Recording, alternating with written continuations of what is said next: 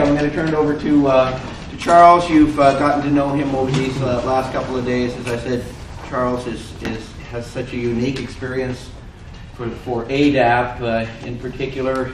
He was he is a subject matter specialist from day one on this project.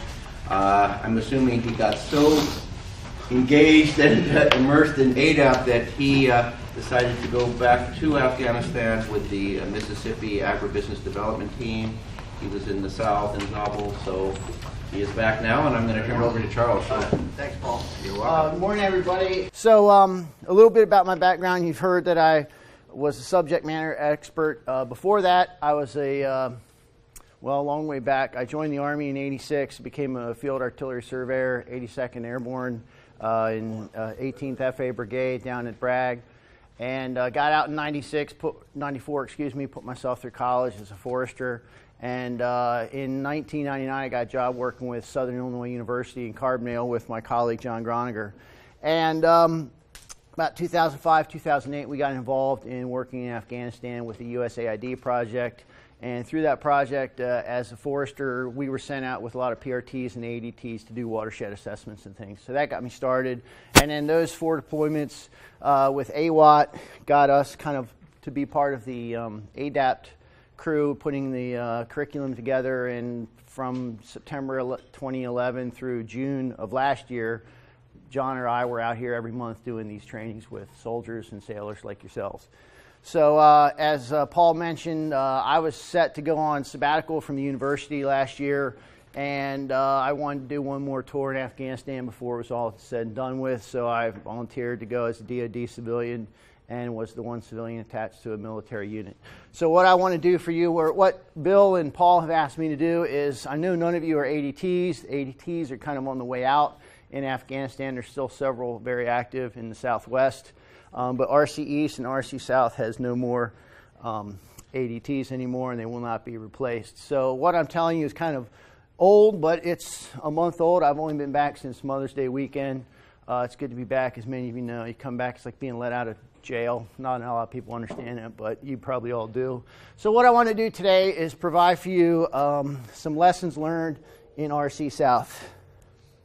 So quickly, what I want to do is just provide a synopsis of what an ADT deployment looks like, what some of our key activities were, and what I will do is use missions and different projects to kind of key in on a few major issues from our deployment. I've always been known as a very frank person from the East, so I will try and provide you with a frank assessment of what I think our outputs and impacts were, and then perhaps prepare your expectations when you deploy. A lot of times we've done these and maybe 1 or 2 people in the room have deployed before everybody else. It'll be their first deployment. I understand virtually everybody in the room has been overseas at least once, so maybe I won't be doing very much preparation of your expectations. So, quick timeline on the Mississippi Ag. They were here in June of 2012. I met up with the Ag team, and they also did some trainings through the summer before they deployed with Purdue, Mississippi State, their home state outreach people. And then they also worked with a bunch of Amish farmers in Indiana, which they felt were actually very spot on as far as low technology, very simple solutions to things. We all deployed in late August 2012, got to Afghanistan, Kandahar in September 1st, 2012. And we were told, like from day one, from division, you have no capability to do CERT funding other than just bulk CERT draws every month. So we are limited to projects under $5,000 essentially.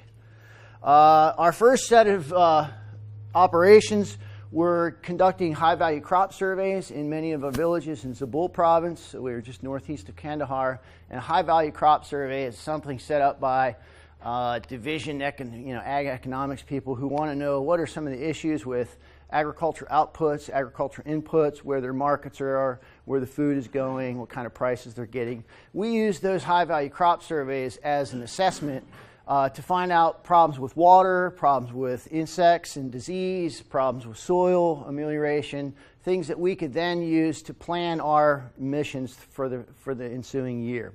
And then by winter 2012, we had started to implement some of our key projects. And because of the glide path and drawdown, we were essentially told after March 15th, April 1st, that we were going to stop operations. And so May 1st, we left country and came back. Okay? And stop me at any time, just please, if I say something or you want a question. This is a huge slide, I understand, but many of you will probably see a slide like this because this is the operations plan for the 5 proposed ADTs that were in Zabul province. And we were ADT 4, so we were expecting to go in and expand Dale independent operations, expand markets, develop university sponsorship, encourage entrepreneurial, development. And when we got there after our first week or two in town, we realized we were really back up here in year 1. We were still doing stuff that ADT 1, ADT 2, ADT 3 had not completed or had just started because things virtually move at like a geologic timescale. So we really didn't do much of any of this stuff. We were still trying to build relationships and train extension agents, develop priority projects, identify progressive farmers. So we were kind of refighting the same fight ADT 1, 2, and 3 had done before. And a lot of their previous assessments as to, the Dale is going to be up and running by the end of year 4 independently, that never happened. So if you see this in your operations, and this is what division tells you or brigade tells you you're going to be doing and how you fit into the overall scheme, it's a great plan, but it's not very accurate or even realistic. All right, so what were my hydrologist activities? I was essentially the ADT's hydrologist on the ag team, but since this is maybe one of the lessons learned that I left out, when you go with an ag team of 12 people, make sure you have 12 people on the ag team, not 5 people who are in S1 and S4 and S6 and doing all kinds of commo stuff. If they're part of the ag team, they should be dedicated to ag team. And because there were only about 6 or 7 of a 12-person ag team really active in agriculture, we all wore lots of different hats, and that's one of the lessons I'll talk about later. So I thought I was going to go over and train and mentor ag extension agents in the Dale. Because of our Dale was so disengaged with us, we really tried to circumvent him all the time and train his ag extension agents on the fly or when he didn't know about it or when he was on leave. I really did a lot more with local nationals, farmers associations, working with those people in the field. They were much more engaged, they wanted to learn, and I wasn't fighting some bureaucrat to try and get him into the field. The farmers wanted to learn. Also, as an erosion specialist, I knew that I was going to probably be doing like erosion control projects. The previous ADTs had set up several watershed management projects, and as I'll show you, virtually all of them failed for many of the reasons Leif talked about yesterday. So I was kind of doing this forensic hydrogeology. I never heard that term before. Leif told me about it, but I really like it. It's going to stick. Because you go out and you try and figure out, all right, I've got a couple storyboards of what they did, maybe 1 or 2 hand-drawn plans. You go out in the field and it looks like nothing what you're expecting, and then you try and figure out, can I fix this? Do I have to tear it all out, or should we just start over somewhere else? Another thing I'll talk about is our cleaning and maintaining crevices. We had quite a few villages that needed their crevices updated and maintained. So we had no SERP funds to pay them to do it or to concrete and excavate them, but you buy them a few hand shovels and wheelbarrows and some simple tools and a little guidance, and they took off and running. So that's one of our, I don't know if it's a claim to fame, but we did a good job getting a lot of crevices back online. Supporting adjacent units. After convincing my commander that supporting adjacent units was part of our mission, we started going out with a lot of ODA teams and SEAL teams and some conventional forces trying to buy them white space in areas because, as many of you know, if you can help a village with some agricultural outputs or some agricultural inputs and some training, they might be a little bit more amenable to allowing the Americans or coalition forces into the village. So we did a lot of that and did some great work with those people. Charles? Yes, ma'am. How willing were the extension agents to go into some of the more austere places to build white space? We only had, out of the 11 or so ag extension agents, they really stayed here in Kalat, and they never left Kalat. There was one guy that would go out with us on missions, and so we used him everywhere. We were in 3 key train districts along Route 1. Route 1 goes right along the Tarnack here. So we had TWJ, Tarnack, Wajaldak, Kalat, and then Shahjoy. Those were our key terrain districts. And then we had VSOs all up and down the Arghandab River, and then in the Lara Rud, these were the SEALs here, and then the ODA teams were up there. So when my commander would go on leave or go on missions or something, we would go out with the ODA teams because he didn't really want us being in kinetic areas. But that was where we didn't need to go along Route 1. All the farmers along Route 1 were buying into it. They wanted us. We didn't need to go there anymore because they had already gotten all their stuff online. So we felt that our biggest bang for the buck was working out in these outer provinces who really had not seen a lot of coalition forces ever. Did I answer your question, ma'am? Yes. Okay. Thank you. Yeah.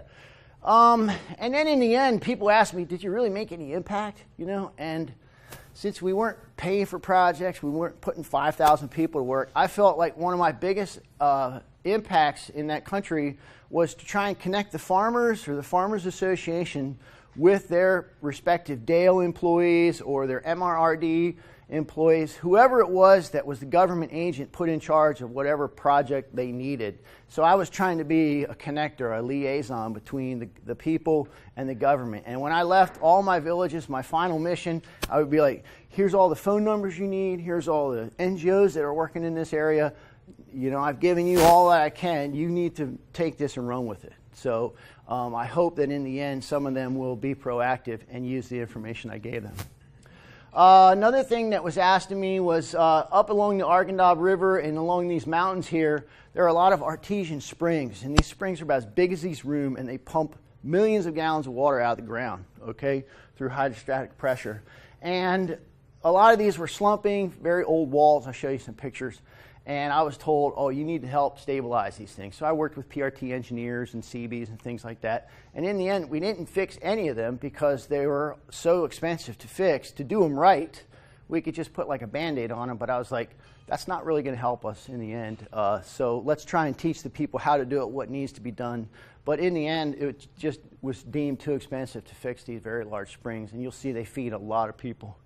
And right near the end, when we had stopped our operations after April 1st, so they sent me in a division at Kandahar, and I worked on 2 big watershed management projects because the Arghandab River, the Tarnak River, and the Lara Rud River, they all flow. Kandahar sits down here just off the map, and they have a big dam called the Arghandab or the Dala Dam, and it was built by us in the 1950s. No one had thought about planting any trees or grasses or fixing the watershed. So after 1953, this dam basically filled in with silt, and the Army Corps of Engineers is about to spend $200 million to fix it, and they're not spending a nickel on planting trees or fixing the watershed. So I got in this big pissing match with the Army Corps of Engineers people about, look, don't spend another nickel on this dam until you fix the upper watershed. So they said, we don't know how to do that. If you want to help us, go for it. So I spent my last month in country writing 2 management plans for these 2 rivers right here. Will they ever be implemented? I have no idea, to be honest with you, unfortunately. All right, so big idea is where do we place a project that is going to make a difference? This is a project we inherited from ADT2 and ADT3. This is a Gabion Wall dam that was built for a friendly village, Foldagay Village, where one of our ag extension agents was from, the one guy who was very proactive, Nur Ahmad. And so the village just sits off screen here, and the ADT built this dam, kind of dredged out a big hole, and within a year and a half or so, it filled up with sediment. Okay, why? Because this is the upper part of the watershed, just to the left of this picture. And what you see here is this sinuous band of green going up into the watershed. It's pretty heavily grazed on both sides, but you see that there's virtually no erosion control measures put in this watershed whatsoever. No check dams, no kind of water bars, no stream barbs of any type were put into this. So I'm told you need to come and fix this and dredge all this out. I'm like, we can't dredge it. We don't have the money to dredge it. I can buy you about 5 or 10 shovels and you guys can dredge it by hand. Well, we don't want to do that. Well, I'm like, if you want water, we can help you. And then while we're doing this, we're going to start building all these check dams and stuff up that river valley. The village seemed like that was too much work and they didn't want to do it. So we didn't end up doing it. This is a project in Shobar, VSP, where the SEALs were in northern Zabul province. They were right up here at their VSP base, and so we worked with a bunch of villages along this. This is the Tarnak River, and you can see some kind of, I would call them riparian buffer zones or riparian buffer systems, but they're not really robust in any way, shape, or form. And so what the SEALs wanted us to do was try and work with these villages to increase the riparian buffer strip, because again, a lot of these alluvial terraces here were the prime farmland, and they were getting washed away every year by these huge snow melts. So we were kind of setting up, we spent a month and a half developing a plan on how to implement all these control measures. We went there several times, had quite a few firefights, and in a month and a half, the SEALs lost 2 or 3 men, and then the VSP was shut down. So we spent like a month and a half, 2 months of working up these plans, and then in the end it was just canned. So really unfortunate. But what we were going to try and do was fix a lot of the sheet erosion that forms these rills and these big gullies, because this is the stuff that's just dumping this alluvium into the river, the Tarnak River, and causing flood problems downstream. So we were going to work at these upper areas and try and put in water bars and contour terrace some of this stuff so that you wouldn't have these big.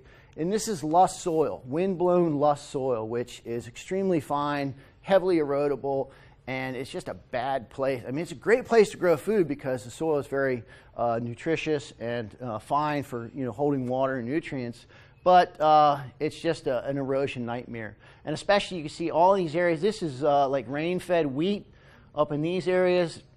And then everything in between, these are all terraces you can barely see. So these were areas that at one time were agriculture. They were croplands, but they were no longer in operation because they couldn't get water to them for one reason or another. So huge erosion problem. We were trying to fix it, and because of some kinetic activity, it was shut down, unfortunately. Okay, here's some pictures of the springs. I was talking about these large Halal Chinay springs up in northern Shajoy. And you can see this nice blue water if you've ever been around like a big artesian spring. It's beautiful blue water coming from deep underground. It's basically like fossil water. And these 2 springs, there's one just off screen, I'll show you in another picture. These 2 springs fed probably 4,000 families, we estimated, and over 20,000 hectares of cropland in northern Shajoy. Shajoy district is the biggest part of it's the biggest bazaar and biggest agricultural market in Zabul province, even bigger than Kalat, the provincial capital. And so these retention walls right here were starting to slump. And I'll show you. So the retention walls right along these areas look like this. They're like 12th century rock with soil packed in the middle. So there's like sprouting water all over the place. So we took some PRT engineers up there after our initial visit, and we came up with this plan on how to, like, during the winter time, perfect time to do this, is to drain the retention pond. That's the retention pond here. Drain that so that we can excavate this and put in some actual impermeable membranes to hold that better, to keep it from leaking again. And it's the people were really into it. They understood. They said that the last time this wall broke in the 1940s or 50s, it flooded huge amounts of farmland and displaced people. So they really wanted us to do this, and this was a huge CERT project. But I knew about it from the ODA guys, and we told the PRT about it. They had the money and really the engineering expertise. So again, we worked on these things and developed a bunch of plans, and they went to division and said, sorry, we just can't support that. And by the time we left, VSP, Walloon Rabat, right next to these, was shut down. So in this transition, a lot of these, we got there at a bad time because all these projects were kind of becoming online, and at the same time, they're shutting down these VSPs and VSO operations. So a lot of the stuff that we planned, unfortunately, didn't happen. Now, Khalif said yesterday, he showed you some pictures of Kerezes, and I want to talk about our activities with some of the villages. You saw this image yesterday. Here's some pictures on the ground of what they look like. This is myself and one of the Sec 4 officers, or NCOs, going down into these access shafts. I had done this before, so I knew to bring my rappelling gear, and we were setting up some rappelling stuff, and in the end, some really smart specialist said, we have a winch on the front of these MRAPs. Instead of setting up this belay system and everything, why don't you just let us lower you down the winch? I'm like, damn, that's a great idea. So, you know, we wore our harnesses and everything, but the cable winch was perfect for getting us in and out of these things. So this is one of these access shafts that runs up, you know, into the valley, and you kind of access the areas. And we would get down inside these and see how much, measure the sediment inside, measure the flow rates and things like that. This is kind of typical pattern of what they look like. Really old ones in Persia, in Iran. The oldest one of these Kharez systems is over 4,500 years old in Persia. So they're stone lined, they're very well made. All the ones in Afghanistan I worked with look like this, and they're only about, you know, you kind of walk through the headlamp, and if you stand up straight, you have to be in an access shaft to stand up straight because it's just pretty small area. Over here we have the output tunnel where the water comes out, and our Kharez here kind of basically flows right up to this hillside right here and flows down into the village. So what are some of the issues with Kharezes? They're often filled with sediment. Here's an access hole that has basically been filled in with sediment. The Russians were they were great for blowing these things up. They put a lot of explosives in them because the Mujahideen used to hide in them, so the Russians destroyed miles of these things. The tunnel walls have collapsed. This is inside a tunnel. A lot of times you go down into them, and this is just rough-hewn sand, and it's just done by hand, essentially. A lot of times they may slough off, so the ceiling collapses, the wall caves in some way. And these things, you know, to make them work through time, you have to do maintenance. And a lot of the villages, we said, you know, they would be like, well, we remember our grandfathers cleaning them, but we've never done that. So it was like one of those traditional systems that had broken down through 30, 40 years of conflict. And really with just a little bit of knowledge and some know-how, these guys took it and ran with it. What are some of the problems in the water? Lots of soil and bird droppings. You know, there's a lot of sediment in the water moving down through there, and they were having problems, reporting problems with salinity, poor taste, and things like that. I just told them it was probably because, you know, you had a couple dead goats, and we found dead goats in the upper part of the watershed, and that's why you're going to have nasty tasting water. So you got to keep those kind of sanitation things under control. Typical functions of the Kharez. The Kharez actually acts like a conduit. It pulls the moisture out of the soil. So it's actually a water harvesting method. It not only captures water from the upper watershed, but it actually pulls water from the soil structure. And they drain on a very shallow slope, about 2% or a 2-degree slope. Anything steeper than that, it would start causing erosion. So they're very simply engineered, but pretty well engineered. And some of these, as Lee said, are 100 to 500,000 years old in many of these villages. They normally don't even know when they were built.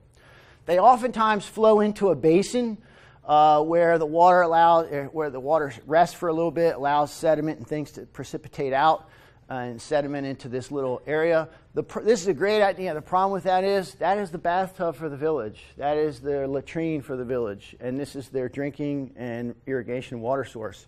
So these Kharez issues would be like, we have to teach them how to clean the Kharez, we have to teach them how to maintain the Kharez, then we have to teach them that basic sanitation of, you know, like using the latrine downstream from the village, because this is where all your main water source comes into the village. And don't believe what you hear. Most of these villages that have Kharezes, this is their drinking and irrigation water. So domestic, residential use, and irrigation. They don't have hand pumps. USAID hasn't gone in and built a bunch of hand pumps. Paul, you have a question? Just our timing. Oh. It's really interesting, but maybe you can push ahead probably to more your kind of successes. Yeah, sure, absolutely. Kharez cleaning again, I'll just go through this. A bunch of problems with soil erosion right into the Kharez. You got to stop that. How? By building water bars and check dams. A lot of the stuff we were showing you yesterday, that's how it's done. Protecting and improving rangelands and crop yields. A lot of the rangeland looks like this, heavily eroded, and way too many animals. This is one of the demonstrations we did agronomically. This is the UN certified wheat on the left, and this is local bazaar wheat. We grew them side by side. Far and away, the certified wheat outperformed, so try and push the certified wheat if you can. A lot of fuel collection problems. This is a riparian zone, and if we could just get all the Afghans to fence some of these areas and keep animals out of them, they'd be far better off.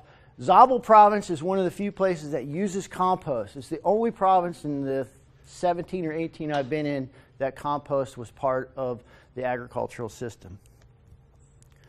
Okay, we all know the importance of vegetative cover. This is part of my Arkansas and Tarnack River. There are some areas that have existing riparian buffer strips, and mapping those and maintaining those and keeping animals out of them is very important. So if you can visualize on Tiger where vegetation comes right up to the river, that's a riparian buffer. If you can tell people in your units that these are areas that are sacrosanct, we have to tell the people to keep the animals out of there so that this stays in place and protects the water.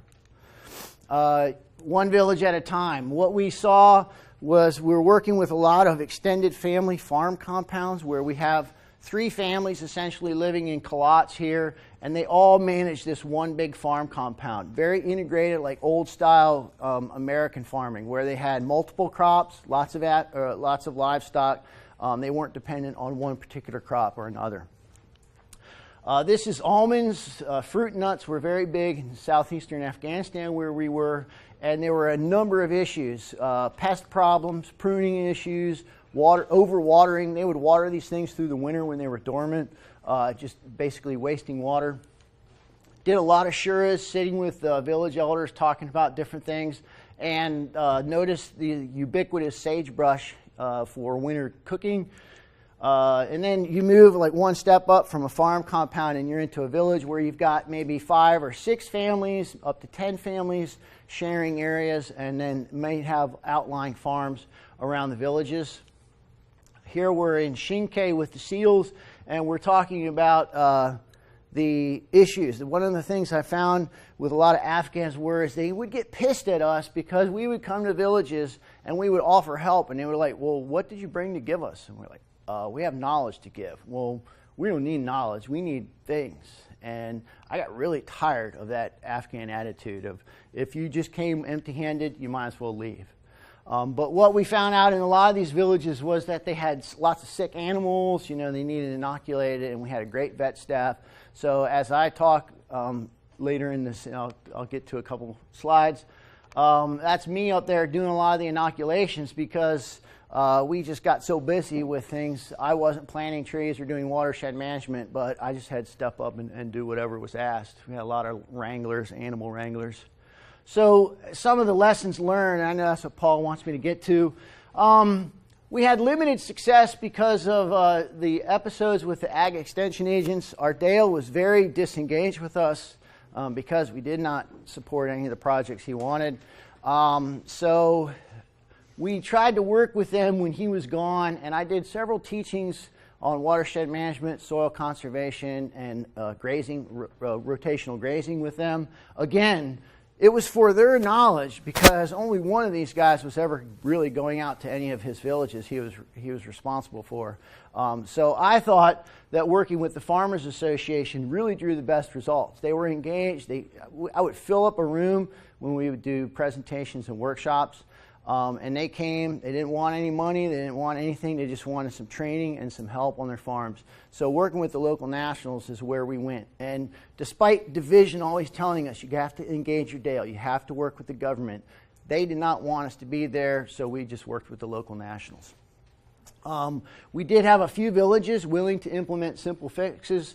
Many others wanted ISAF to come in and do it or pay them to do it. And we told them right from the start, we will help you with equipment and guidance, but we are not going to do the work. Farmer cooperatives were very receptive to training. They wanted lots of hands-on training. And things like this afternoon when you go out with dig and you dig in the soil, farmers learning how to tell the texture and the different capabilities of their soils by just texture and feeling. Very, very useful trait to teach Afghan farmers about their soils. And then really what I was trying to do was get them to change their on-farm water usage. Afghanistan does not have a shortage of water. They just use it very poorly, very inefficiently. So if we could try and get them to increase the efficiency of how they utilize their water, that was a good thing.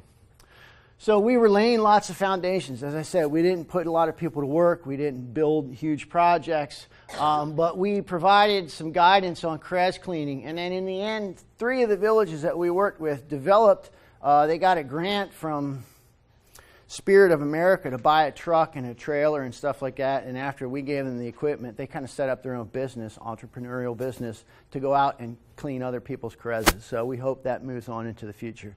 We did a lot of paravet training.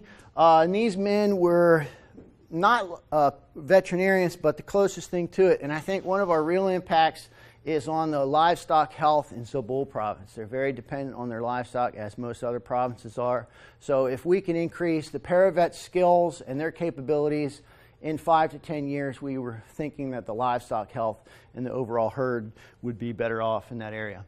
And again, just getting farmers to realize that grazing and their watering practices were poor, that was just the biggest hurdle, was to show them that this is not a very useful, efficient way of utilizing your water.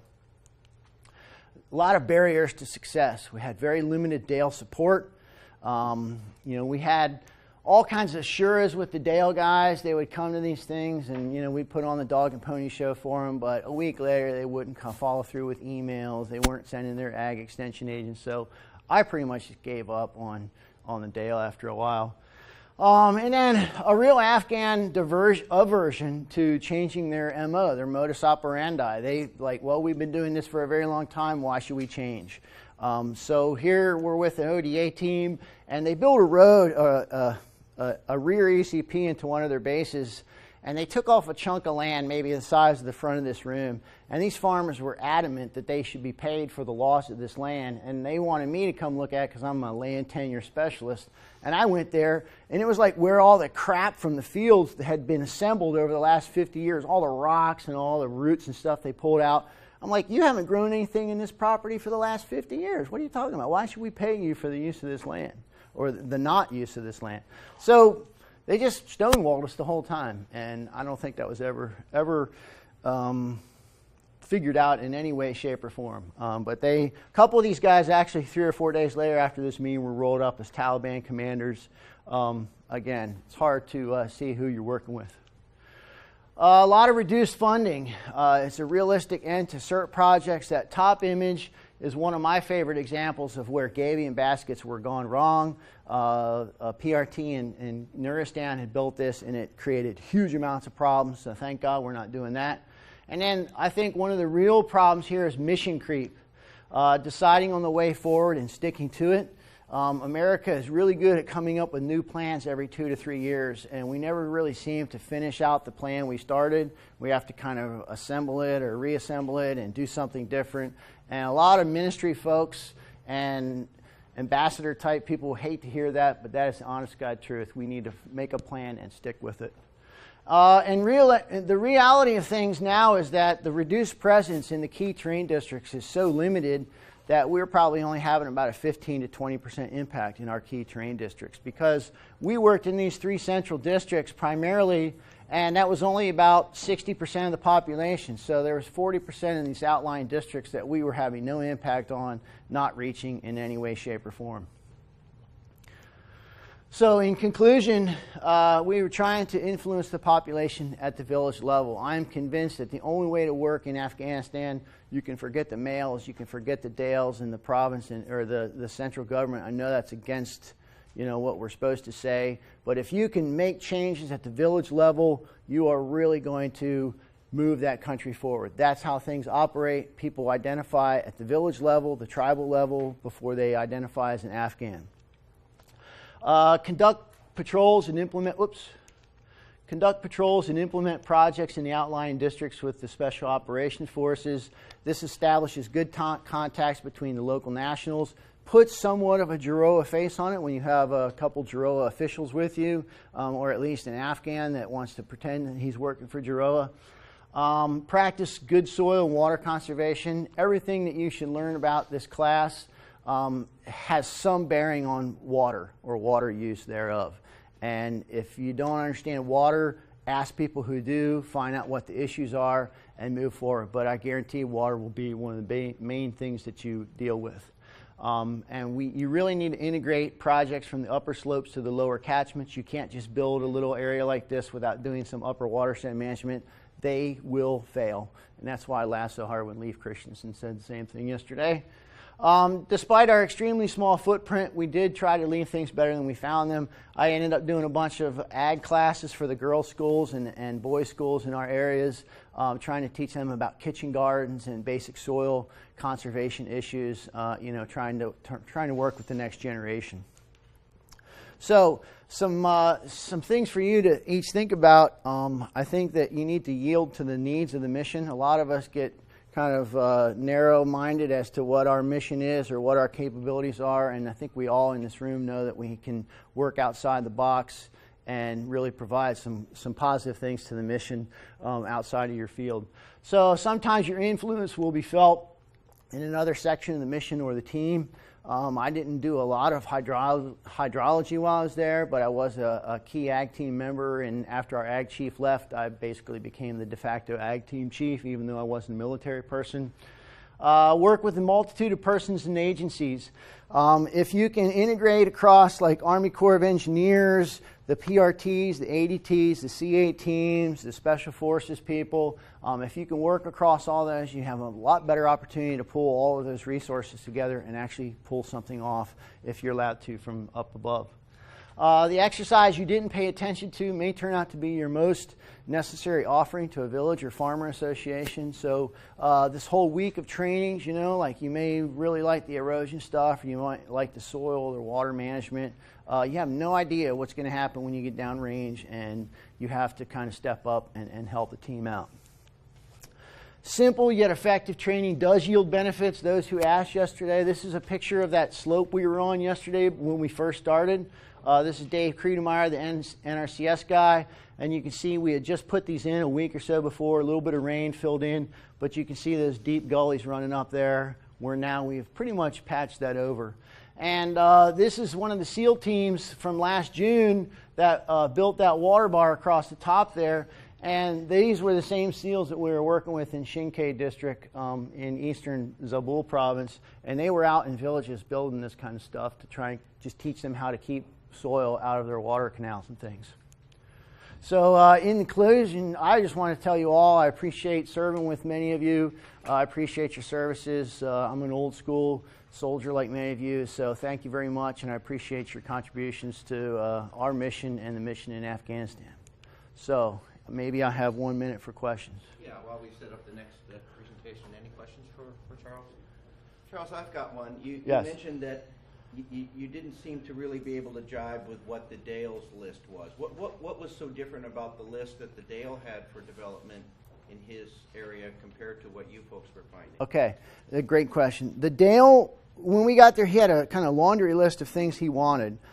He wanted poultry projects in all the key terrain districts. He wanted Asian bee introductions. Now, ADT 2 and 3 they had spent over $25,000 on beehives for all these key terrain districts. And the beehives are for what? They're for pollination, right? They're to increase fruit production and flowering of fruits.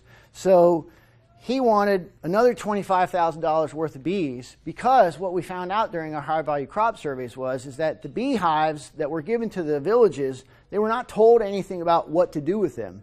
So when you go back a year later and you pull the racks out, they're empty. All the hives had been stolen, had been robbed of their honey.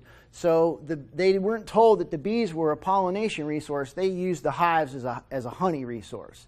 So we were like, we're not going to do that again. So that was $25,000 he was upset about. He wanted us to do all of the CREZ stuff and let him take claim for it, and we were willing to do that if he would come out and help teach them about the things. But he was like, no, we're not in the training business, we're in the doing business. So he wanted a lot of high value or high dollar value projects that we were just not able to come through with, and that was the main issue. And after our first SURE with him, when we told him we had really nothing but training to offer him, he put his pen in his pocket and walked out. And I only saw him maybe 2 or 3 times in my 10.5 months there, unfortunately. Anything else?